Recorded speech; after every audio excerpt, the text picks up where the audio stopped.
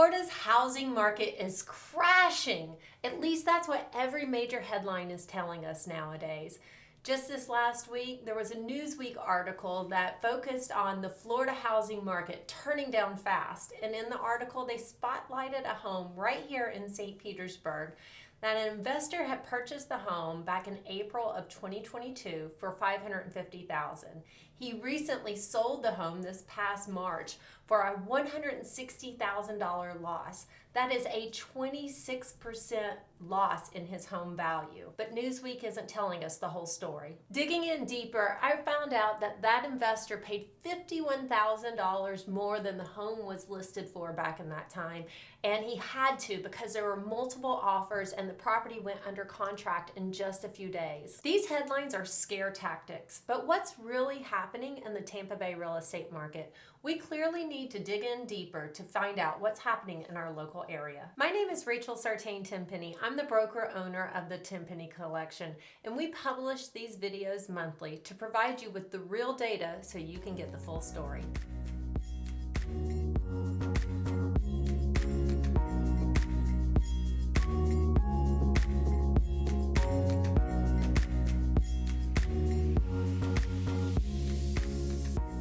Last month, we did a health checkup on the Tampa Bay real estate market, and we found that it wasn't very healthy with only 2 out of the 5 checks.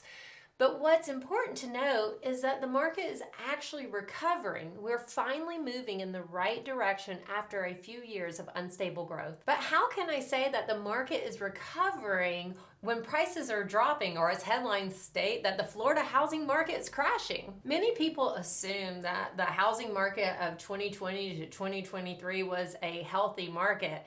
With home prices doubling, the people who sold their homes actually loved it. But what was actually happening was inventory was extremely tight, interest rates were historically low, and this caused home values to increase drastically. Were these signs of a healthy market or an unsustainable bubble?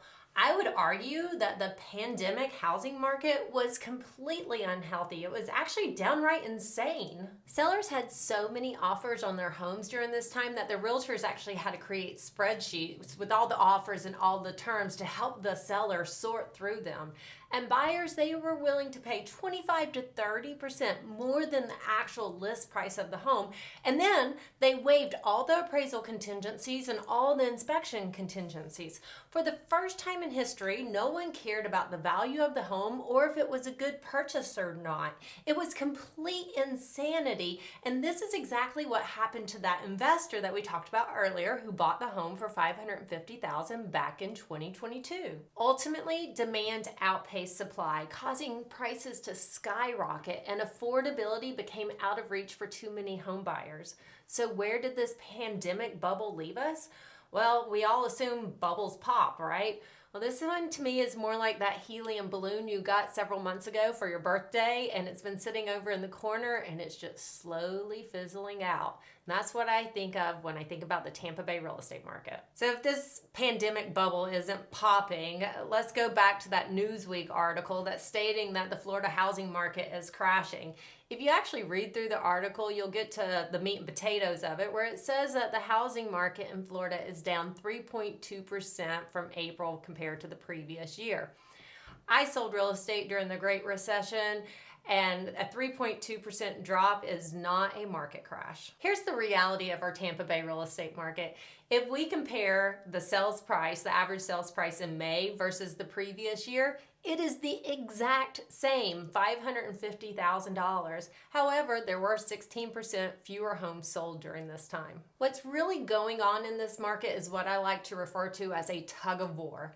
Sellers are tugging on one side, holding unrelentlessly onto the home prices that they could have gotten 2 years ago, and buyers are on the other side tugging, reading the headlines, and they are just unwilling to overpay for a home. As a real estate professional, I'll say that I think this is probably one of the most difficult real estate markets to be in, because we're trying to pull that seller in and pull that buyer in to agreeable terms, and it is exhausting. This tug-of-war market is very apparent when we start looking at the average list price of a home, or what a seller is asking for, and then what buyers are actually willing to pay for. So in the St. Pete Clearwater area, the average list price in May was $900,000, but the average sales price was only $608,000. If we look at just the past 7 days in the Tampa Bay real estate market, there were 687 new listings that came on the market, but there were 1,387 price reductions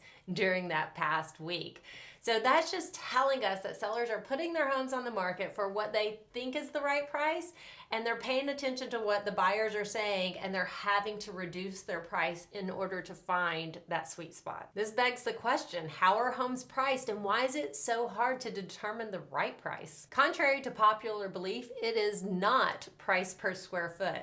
As my first real estate broker used to say, we're not selling houses by the pound. What he meant is a pound of flour and a pound of flour are the same. However, in the real estate market, each home is significantly different from one another. There are some exceptions to this. If you're buying a relatively new home or condo in a subdivision, then price per square foot does come into play because all of those are pretty much the same. For most areas though, each home is completely different. Let me explain. If we look at Tampa Bay, it was built over building booms, development booms. And so we had homes developed in the early 1900s, in the 50s and 60s. We had some developed in the 80s and then a couple others in more recent building booms.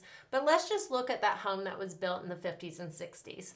It was primarily block construction ranch style house. They were 2-bedroom, 1 bath, or they were 3-bedroom, 2 baths. Now we have to take into account all the other differences that have happened over the past 80 years. The better method for pricing is actually the comparable sales approach, and this is what appraisers actually use. Yep, you heard that right. Appraisers do not use price per square foot. If we look at the comparable sales approach, we will actually see why it's difficult for sellers and their realtors to find the right price to attract buyers to the home. For an example, let's look at one of my listings. It's a waterfront property in one of the most desired neighborhoods in the Bay Area, Snell Isle. The home was built in 2007. It has 4 bedrooms, 3.5 baths. It also has unobstructed water views, a dock with 2 lifts, a pool, new roof, new ACs, new hot water heaters, the whole 9 yards, and it's 3,400 square feet. Many people around the area might put this standard value on it for price per square foot of $1,000 per square foot. That puts it at $3.4 million. But we have a recent sales comp. It's the same square footage, the same style, the same interior and exterior condition, and it's waterfront, but it is canal facing, and it recently sold for $4.2 million. These are just some of the things that go into factor the price that can be so confusing. I mean, if I ask you, would you say a canal view was worth less money than an unobstructed water view? Is a 1950s ranch style home the same value as a newer construction home? And is a move-in ready home the same value as a dated home? How can you just look at price per square foot? It doesn't make any sense. This lack of strong comparable sales data and buyer demand is why we're seeing so many price reductions. We are trying to figure out what a buyer is willing to pay for a specific product based off of recent sales data. During the pandemic, people were afraid, and the housing market suffered, in my opinion, from the fear of missing out. But today's buyers fear something else, and that fear is the fear of making a bad financial decision. Buyers are trying to figure out the value, and they're trying to figure out their own personal housing needs, all the while looking at the mortgage interest rates and trying to figure out what they can afford. If you're buying a home and you're reading the headlines that the market is crashing, you might be asking yourself, should you really be buying a home right now? It really depends on your personal situation.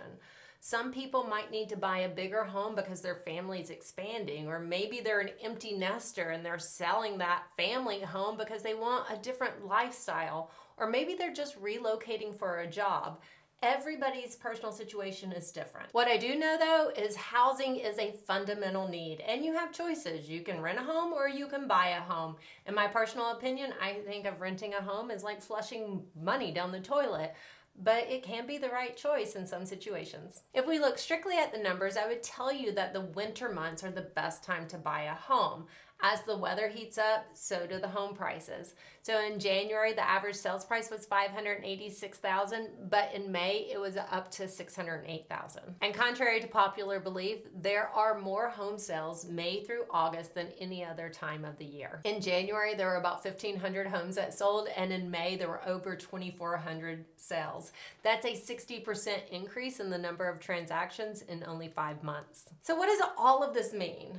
If the market isn't actually crashing, or you choose to believe that it is, what does it mean if you need to buy a home or sell a home? If you're buying a home, you might not be in the driver's seat as much as you think. Remember what I said about it's a tug-of-war market. Right now, we're still in a seller's market with only a 4-month supply of homes. Inventory has increased, so you do have more options out there. Just make sure you're finding the right home for you at the right price. Talk to your lender. Find out what the mortgage is going to be. Make sure it's a payment you feel comfortable with, and then make sure you calculate the taxes and insurance as well. Even though it's still a seller's market, you still have negotiation power. Sellers know that the inventory has increased and they have competition.